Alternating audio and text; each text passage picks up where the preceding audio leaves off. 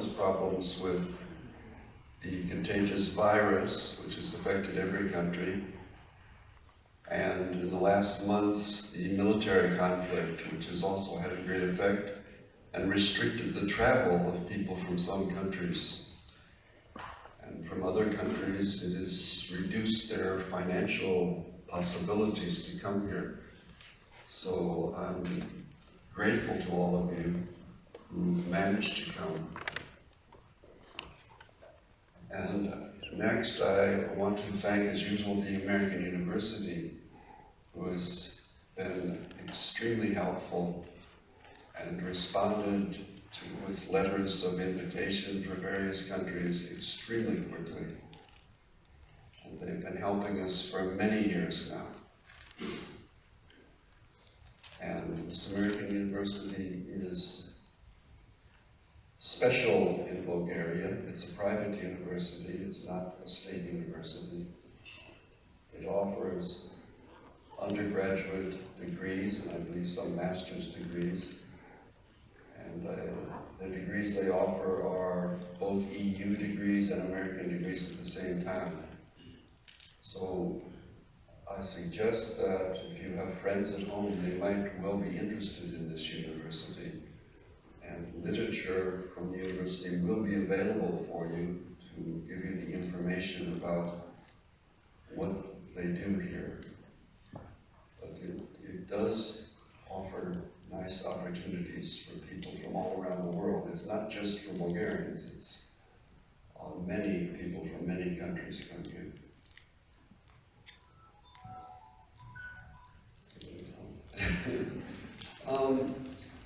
Okay, now we're going to have this year, for the first time, an online part of the competition and an in-person part.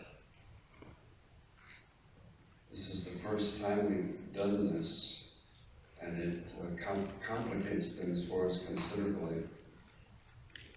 So we're just hoping that everything progresses smoothly. Basically our only rule for students here is please do not do anything that's unfair to other students. We want the competition to be fair for everyone. So please keep in mind your fellow students and don't do anything that kind of is not good for their success. That means cheating. So next, with our two sponsors that are our really main sponsors, we have several sponsors. We have Springer Verlag, which is one of the major publishers of mathematics books in the world.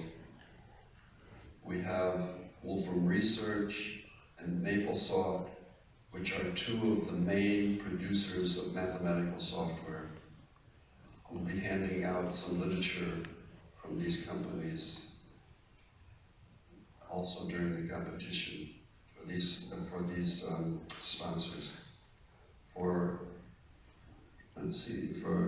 our our principal sponsor is Huawei. Our next main sponsor is Jane Street. We'll have videos from these two sponsors shortly. And following the videos, we'll have a half-hour presentation by Huawei. And I recommend you take advantage of the opportunities offered by these companies. I have little details here, if I can open this.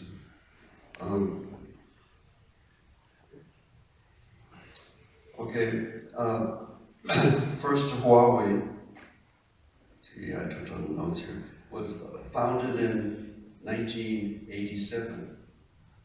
We started this competition in 1994. So, they're only 7 years older than us. But they've grown a bit more than us. They have about now 200,000 employees in over 170 countries. They are perhaps the biggest provider of the internet for communications, global communications, and they're growing quickly. They offer exceptional opportunities for internships and jobs. They have 7 representatives here. One of them is going to present the talk and say a few words when I finish. So don't miss the opportunity to chat with them. I'm sure you all speak Chinese. No, actually they speak English. So really, this is an opportunity. And the other sponsor is Jane Street. They're one of the major trading companies, financial trading companies now in the world. They were founded only in 2000, so we're older than they are. And they have around 2,000 employees around the world. And Huawei has 200,000. But they're very different kind of businesses. The Jane Street is financial trading and other trading. You'll see from their video the kind of people they're looking for. They have offered jobs to people from the IMC in the past, and I'm sure they'll continue to. Many of you are exactly the kind of people they're looking for. Let's see where their main offices. Their main offices are in Amsterdam, Chicago, Hong Kong, London, New York, and Singapore. But they're doing trading in 45 countries, they say. So again, like Huawei, Jane Street is offering really excellent opportunities for people who want to go along those lines. And from the videos, I think, they're not exactly looking for the same kind of people. There are a lot of different people in mathematics with different interests. Some of you probably want to go and be professors at universities, but others, the financial trading business, the pay is very high, very high. And with Huawei, you'll never earn such a small salary as at a university. So please look at these videos and talk to our Huawei representatives here, just to see what might be possible for you, and what you might be interested in. Okay, and then while you're here, we have people, registered anyway. We had a huge number of people. Many have not been able to come, but we actually had about 800 students registered, but many have it's proven impossible to participate. We have people registered from 63 countries, from 222 universities, from every continent. So we are truly global. As I mentioned in the radio interview, we don't yet have anybody from Antarctica. I looked on the internet, they actually have a university. But they don't have a mathematics degree, so maybe we'll make a special scholarship for someone from Antarctica next year to show that we've got people from everywhere. But now, take this opportunity to go out of your way to talk to people from other countries, from other parts of the world. And if they don't agree with you on things, don't get angry with them, remain friendly. Remember that people from different cultures view the world differently. They really do, and this is your chance to learn about that. learn how people from the other countries view things. In each country, they have their own news media, which is providing news that looks different than other countries. You know, it looks like we got several planets here. But please take this opportunity to meet as many people as you can. And hopefully you can make some friends that will remain friends the rest of your life. Okay, this is your big opportunity. Any questions? I'm sure somebody wants to speak. Anybody? No? Your big opportunity. You'll get attention, everybody will see you. No? Okay, then next we're going to have two just short little talks. The assistant dean from the American University will speak. The president of the university has escaped to the United States at the moment. So let me introduce Radha, who's the vice dean of the American University and who's helped us so much for many years now.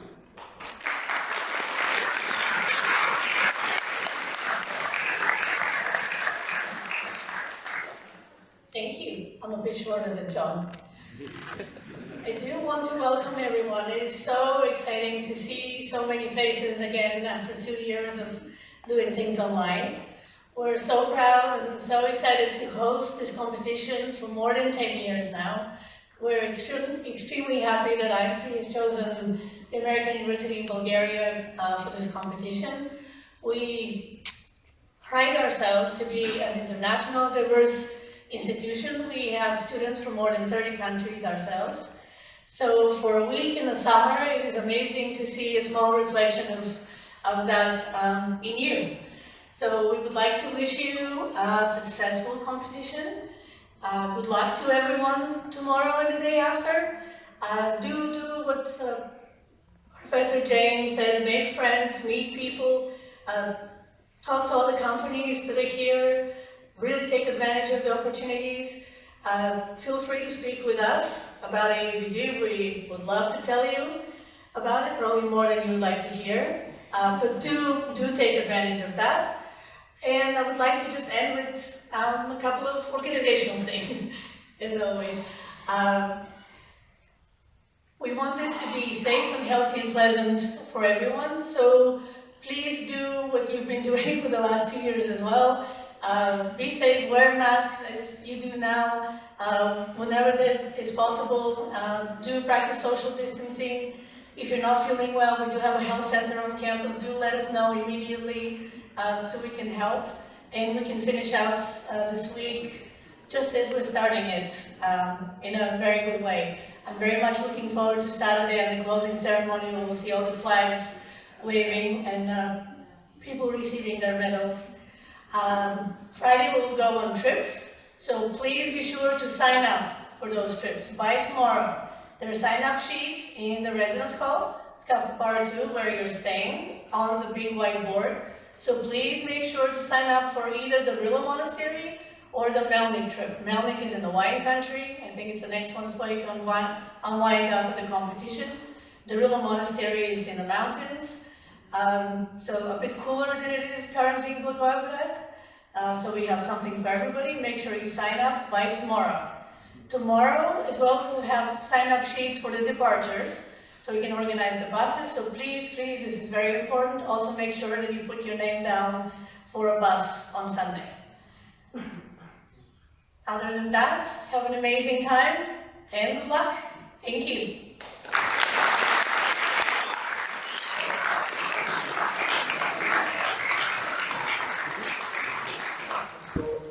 After we finish the opening ceremony, which will include a half-hour presentation by Huawei, the team leaders are going to have a meeting to look at the problems and select problems.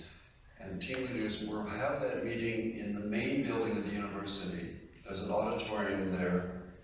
Those who've been here before help the other team leaders who have not been here before walk over to the main building.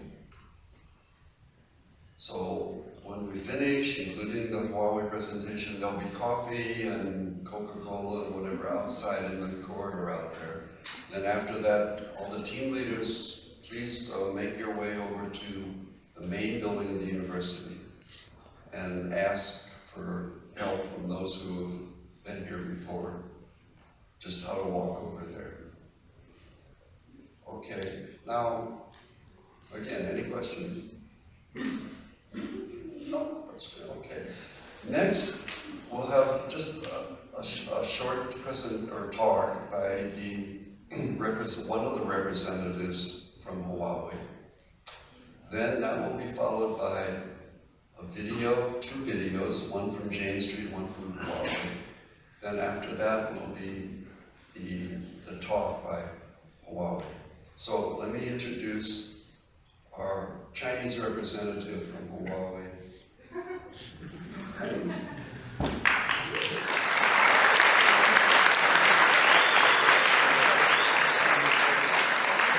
He may not look the part, but you know, actually he's from Israel. So hello everybody.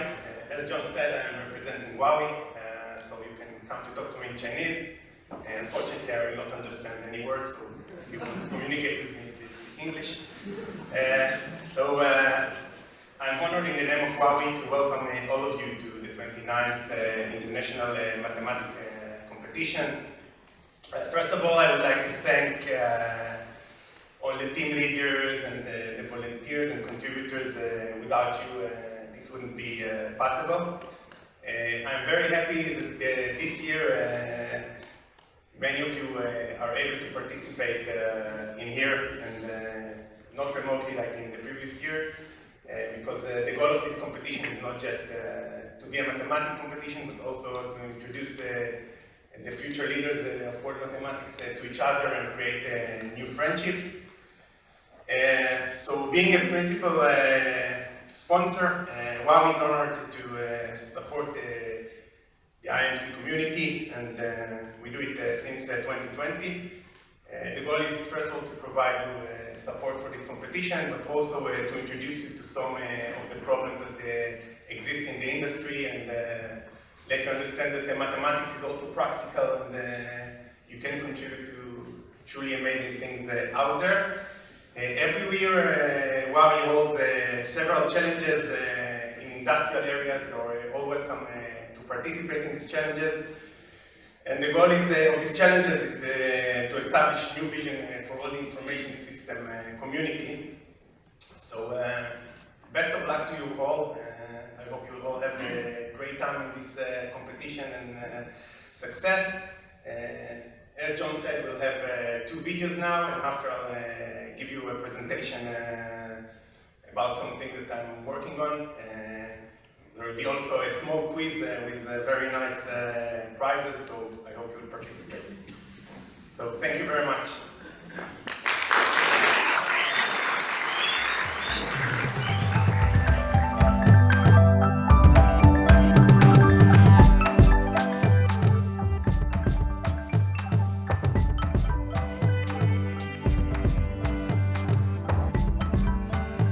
I think the thing that makes Jane Street different is just the way people interact with each other here. Everyone's kind of on the same starting point. Everybody works together to solve problems. There is no hierarchy here. The way one person will talk to someone else doesn't have to do with their title or how long they've been here. If you're someone who has interesting things to say, lots of people at Jane Street just want to interact with you and want to talk to you about the things that you're doing.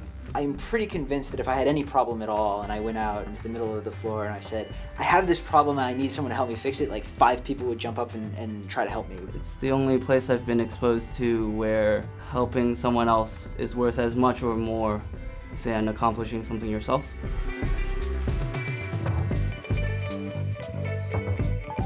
Everybody shares ideas. Nobody tries to say things like, no, I discovered that result, that's my intellectual property. What really makes Jane Street different is how easy it is to get your ideas heard. And literally, it could be days from the time you have an idea to the time you can test it, and you can really test it in a real life environment.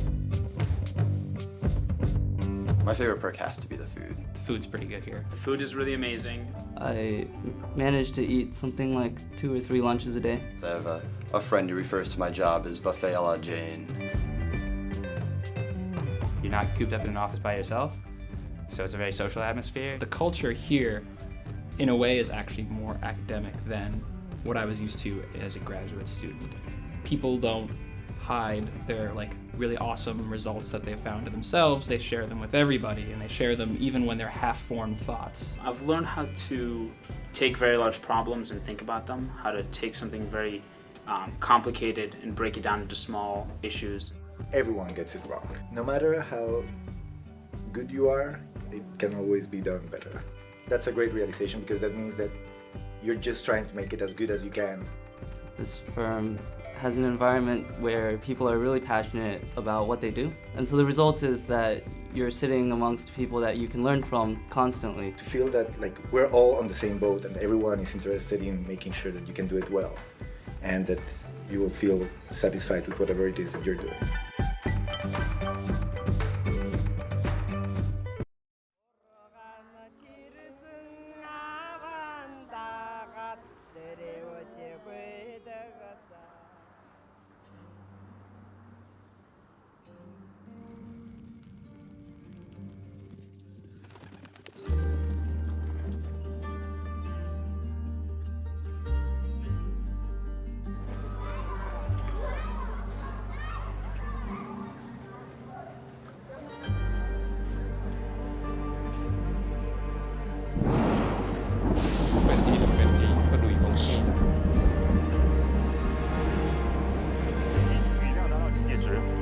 四山洞拐次下升线，广州四山洞。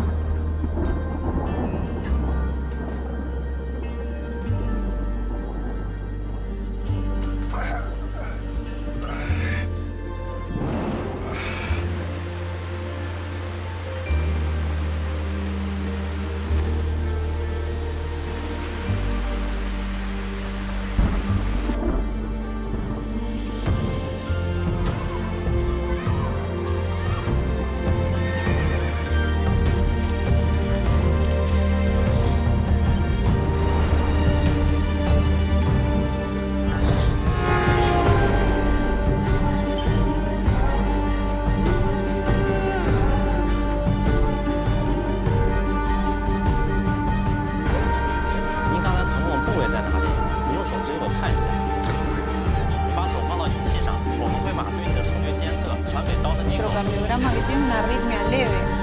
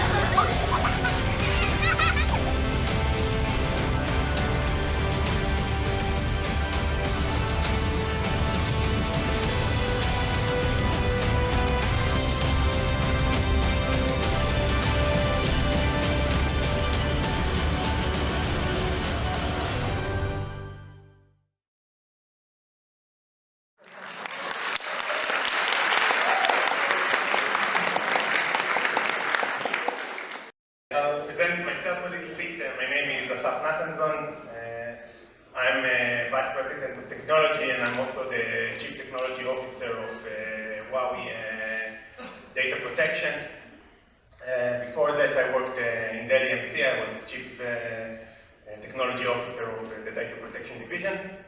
I'm one of the world's most prolific inventors with over 480 patents issued and over 200 more patents pending. And today I'm going to talk to you a little bit about data protection and data reduction and ransomware. But before we go to the technical things, let's start with a small quiz okay? And so anyone who wants, just raise your finger and I'll choose you. So let's start with ransomware. First of all, do you know what is ransomware? Anyone? Don't be shy. Yes? It's a computer program that is designed to encrypt the data you have in your computer, and they ask for money to give you the key to decrypt the... Great. You just won one of the band watches. Thank you very much. Let's move to the next question. How much damage, can anyone guess, how much damage ransomware caused to companies in the year 2021? You can guess. If you don't know, just guess. Anyone? Yes? 13 billion. How much? 13 billion. 13 billion. Another guess? Okay, so it's over 20 billion. You got the prize.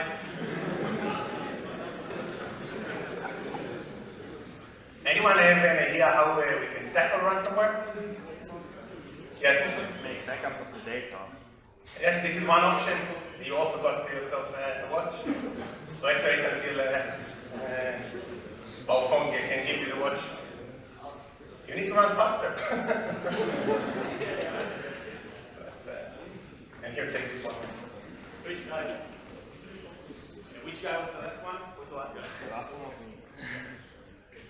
You got the answer? Yeah. Now let's speak about data reduction. Data reduction is how to keep the same amount of data in less space.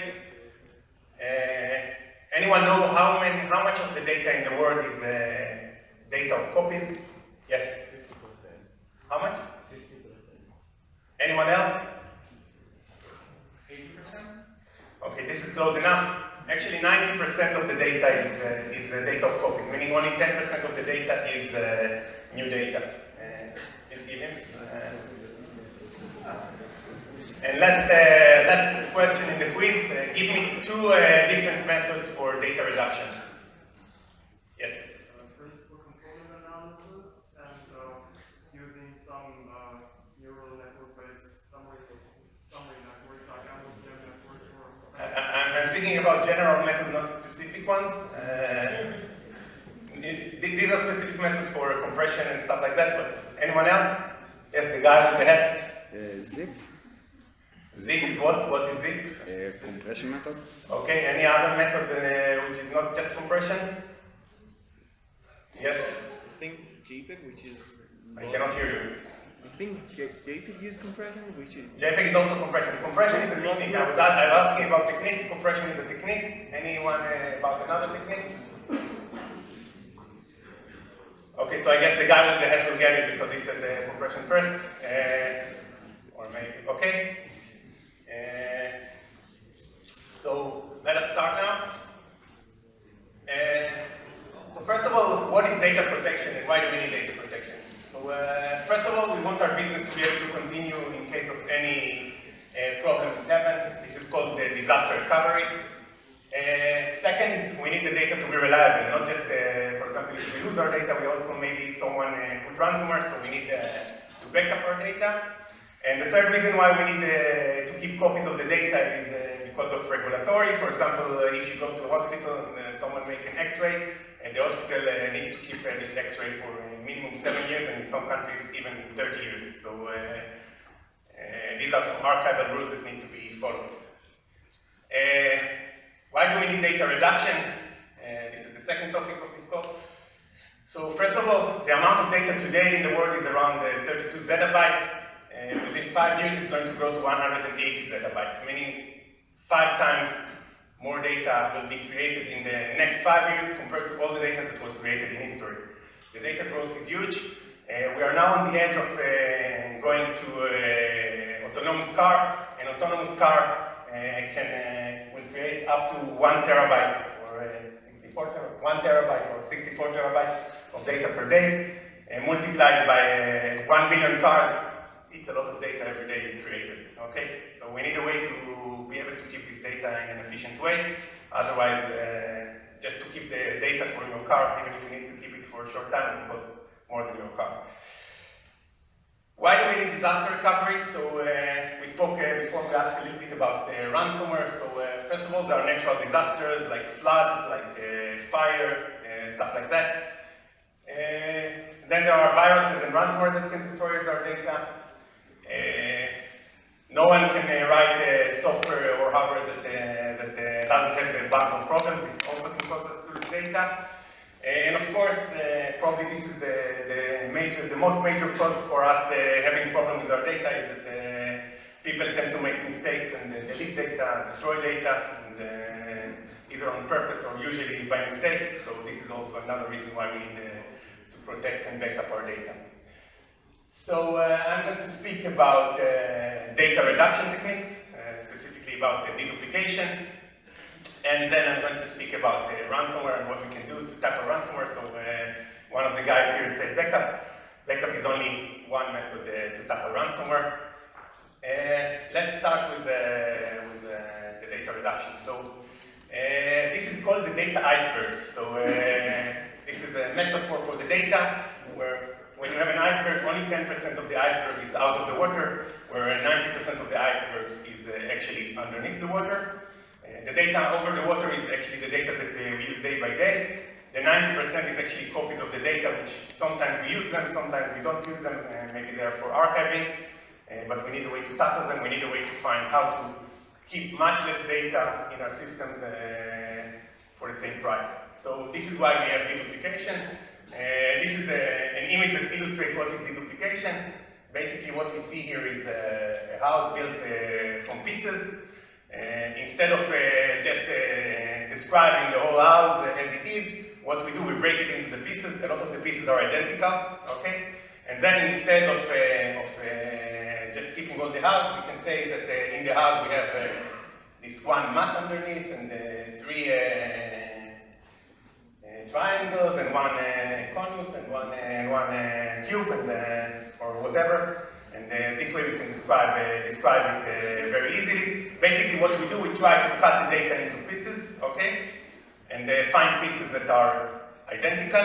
This is a little bit similar to compression, but compression is very local. If you want to create a very big system with petabytes of data, you cannot create compression which have petabytes of memory just to understand where to find, if you know Lempel-Ziv algorithm, for example. You cannot create Lempel-Ziv which has a history of 1 petabyte because nobody has 1 petabyte of RAM. So you need a technique that we use very, very small amounts of memory and still be able to find a larger piece of the data.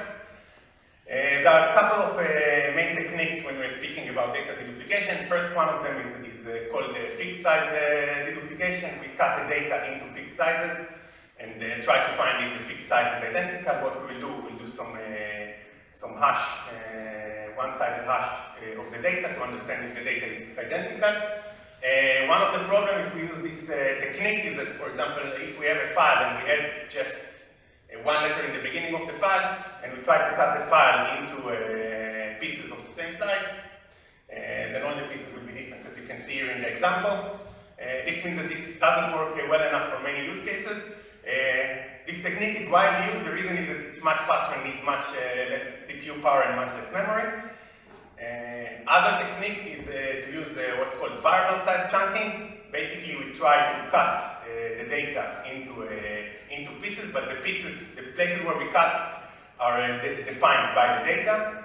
So here we can see that we cut the data into pieces. Only the first piece is different than the rest of them. And this means that if we try to keep the same data, and this happens a lot in backup scenarios where you have almost the same data and you back it up tomorrow and only a small portion change, and you need to find only the portions that change very, very fast. So this is how it's done. So how do we do this variable size chunking? So the primary technique for this type of chunking data is called rolling hash or rubbing hash. What you do, you look at a small piece of the data, like maybe 100, 200 bytes, you calculate some hash. If the hash, for example, if you want the pieces to be like 8 kilobytes, you look at the hash value modulo 8000, and if it's 0, for example, you says that this is a potential cut point, and cut at this point. And as you can understand, it will cut if it looks just on 100 bytes. It's the same. We have the same 100 bytes in the two files. We will cut at the same point. This means that if we add just one letter in the beginning, we can do it. We can cut it every time in consistent places, and if just small amounts of data is added, most of the chunks will still be identical. So this is an example of a fast chunking algorithm called fast CDC. I'm not going to get into it because I only have 20 minutes for this talk. But this one, which is in the internet, is listed as a very fast one, and on a very high-end CPU will maybe run at 1 gigabyte per second. At Huawei, for example, we did some tricks, including some mathematical tricks and some tricks using vector CPU command, and we got on one core to 10 gigabytes per second. This means that you cannot even look at a byte at a time. You need to look at vectors of data, otherwise the CPU will not have the performance to do it. How do we do the deduplication process in Huawei? So the step has several places. First of all, we're looking mainly at backup data here. So backup data a lot of times has some headers, so we do first some pre-processing and move the headers to the side so that they will not interfere with our deduplication process. Then we do some variable size chunking. The problem with variable size chunking is that if the entropy of the data is not high, a lot of time you get a lot of cut points in the same, in very close places, and this means that you need to decide which of the cut points you take, because you don't want to have very, very small pieces, you want larger pieces. So we do some algorithms there to create better pieces. Then we compress the data, and again, we look into the data. The compression is not just like zip. We try to understand which type of data it is. For example, it can be genomic data, it can be a text file, it can be an image, and based on the type, we will apply a different compression algorithm. And then we try to pack the data together and as small as possible, not to have like some zeros, for example, which usually happen if you try to put things in the file, because at the end of the file you always have some zeros, because the file size is always a multiple of a block, which is 8 or 4 kilobytes. All of this leads us to, for example, in the backup use case, we get up to 72 to 1 compression ratio, and this is a lossless compression, not like JPEG, which loses data. And as you can understand, this is very important, and we all the time try to improve these algorithms. Next, I'm going to speak a little bit about ransomware. So let's look at the trends of ransomware. So between 2020 and 2021, the growth of the damage ransomware did was 350%. Okay, this is probably one of the fastest growing industries. Unfortunately, it's not good to work in this industry because it makes you a criminal. Usually large enterprises are attacked, but also, I don't know, maybe some of you even got it at home. I have a friend whose mother got the ransomware even, so it can attack you at home, but usually they are smart, they're trying to attack big enterprises to be able to get a lot of money. The extortion model is a double extortion model, so first of all they encrypt your data like the guy said here, and then they ask you, okay, pay us some money in Bitcoin, and then we give you the password. By the way, usually you will pay him, and then he will just disappear. He will not give you the password. So, not recommended to pay ransomware. But another problem is that they already infiltrate your computers, and they can also move the data out of the system and then threaten to publish this data if you don't pay them, which is meaning a double extortion. The attack surface is increasing. No matter where you put the data, you can say, we put it in the cloud, in Amazon or whatever cloud, and are being protected. No, the data in the cloud is attacked the same way as data on premises. This is actually pretty well organized. There is ransomware as a service. You can just go to the darknet, look for ransomware as a service. You will get offers to get some software to do ransomware and also arrange the payments for you and everything. You just need to find how to attack someone, and they'll give you also the tools to attack. So this is very well organized. It's not just like groups that attack by themselves. They also provide software for other people, for other entrepreneurs. So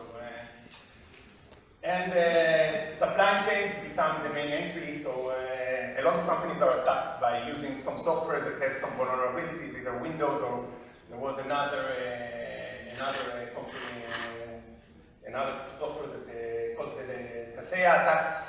Actually, they asked for $70 million of ransomware. So this is something that does a lot of damage. So the question is, how do we tackle it? So again, $70 million was the largest attack to date. Ransomware is going to be, by 2031, they said that the damages are going to be $260 billion. If you got attacked by ransomware, typically it will take your business 16 days to recover. I don't know how many of you have used Garmin watches for running or something like that, but if you do, you remember maybe a couple of years ago, they got attacked and the service was down for more than 1 month. So this can do a lot of damage to the company, not just that they cannot get new revenue, but also cause a lot of damage to the name of the company. Average cost for a big company for recovering from one ransomware is almost $2 million. Today, every 11 seconds, someone is attacked by ransomware. It's going to go to every 2 seconds within 10 years. And 80% of the attackers will repeat the attack after you pay them, so not recommended to pay. How is it done? So first of all, the attacker looks for a vulnerability in your system. Either it can be a password or a phishing email. You can get email, press here and you will win a free watch. And you'll press it and you will not get a free watch, you'll get a free ransomware. Then it gets into your system. It will start encrypting your data, and once your data is encrypted, it will just give you a pop-up message, look, your data is encrypted. If you want your data back, just give us the money. The problem is that, again, to resolve ransomware, this is a very, very complex problem, and you cannot find a single solution. So the first thing you need to do is to protect your network, not let anyone enter, okay? You can put firewalls, you can do some software that detect ransomware, and I'll describe it a bit later, how you can detect the ransomware when it's running. But in any case, this will work, but this will not work always. Then you have your storage system where the data is stored. You can protect the data there by I'll describe several techniques like air gaps and anti-tamper points in time. And then you have your backups. In the backups, you can also keep the data and need to do anti-tampering, and also you need a way to recover from it. So let us look at several key technologies. First of all, I told you this is a double extortion model. So one of the fears is that data will be leaked. So someone put ransomware, but before he encrypts your file, he can also send the content outside and either publish it on the internet where you don't want it, or sell it to someone, which you probably want even less. And so the solution for this is data encryption. This is pretty trivial. You need to encrypt the data where it is, when you store the data, when you transfer the data. So this is the first step. Second thing that you can do air gap. Air gap means that you keep copies of the data, but the copies don't have access. Nobody can access these copies, so there is like a real network disconnection. Obviously, to transfer the copies, you need to open the connection from time to time, but the air gap connection only accepts a very specific protocol, so it's relatively harder to infiltrate. And also, it is open for very few minutes every day, just to let you transfer the changes from yesterday, and then it will be closed. And when it's closed, nobody from the outside cannot enter inside. If you want to open it, you need to go to this safe room and open the connectivity in order to restore the data. So this is another technique. A third technique is a software technique which creates copies of the data that nobody can manipulate. I don't know how many of you know what is snapshots. Even in Windows, you can ask the system to create you a snapshot, which is a point in time of your file system at the time you request. Storage systems provide anti-tamper snapshot. It means that once you create a snapshot, nobody cannot delete it for a specific period of time. No matter who he is, even if he's the administrator, we will not be able to say that this snapshot is valid for 30 days. Even the administrator will not be able to change or delete it. The same there is something called warm file system. Warm is write once, read many.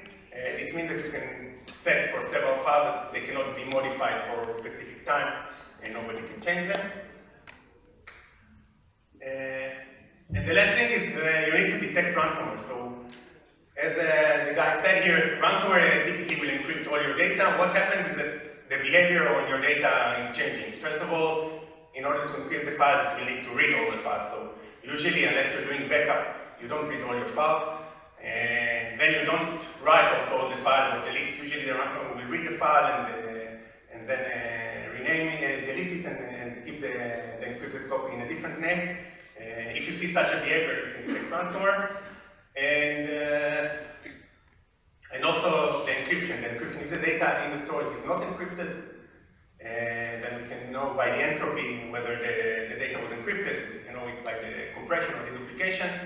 Also, there is a challenge that we don't want. For example, calculating entropy for all your data is pretty expensive, so maybe we don't want to do it, but only if we have other suspects, we will do it.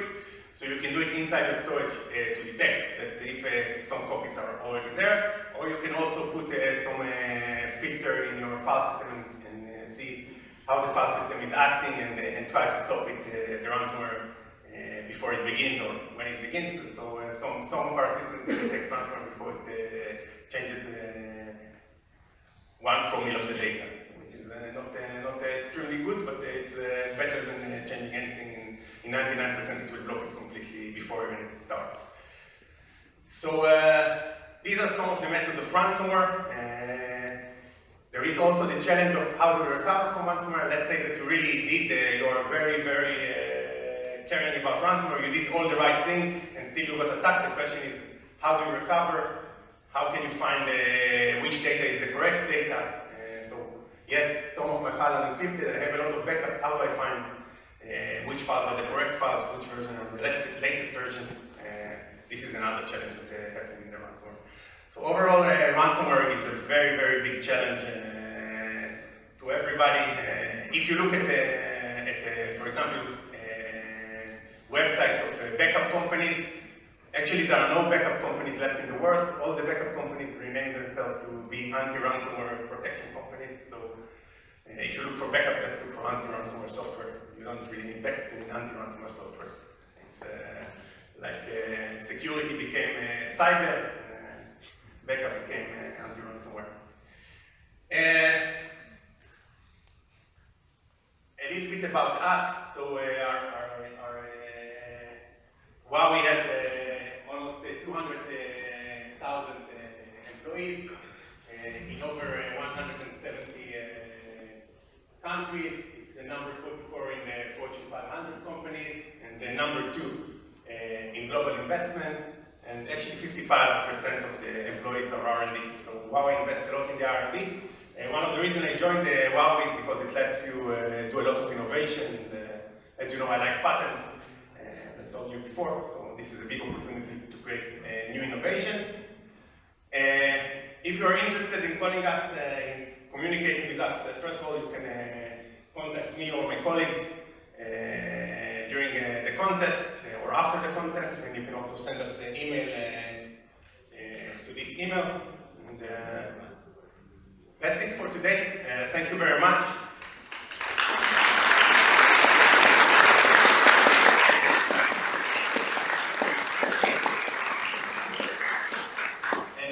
Good luck to you all in the competition. If you have any questions, you are welcome to ask. Okay, so thank you very much.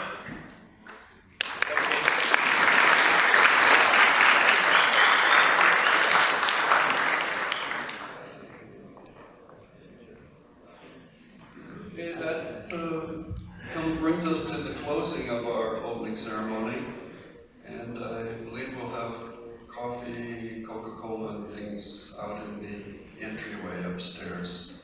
Thank you all again for coming.